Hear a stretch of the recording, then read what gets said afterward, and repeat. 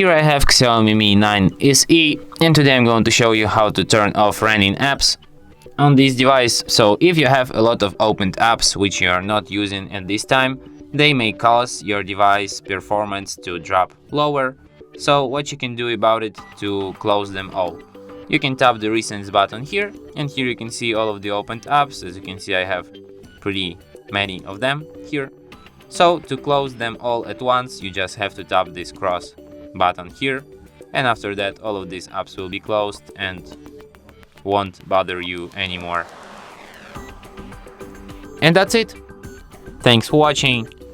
If you find this tutorial useful, don't forget to hit that like button and subscribe to our channel.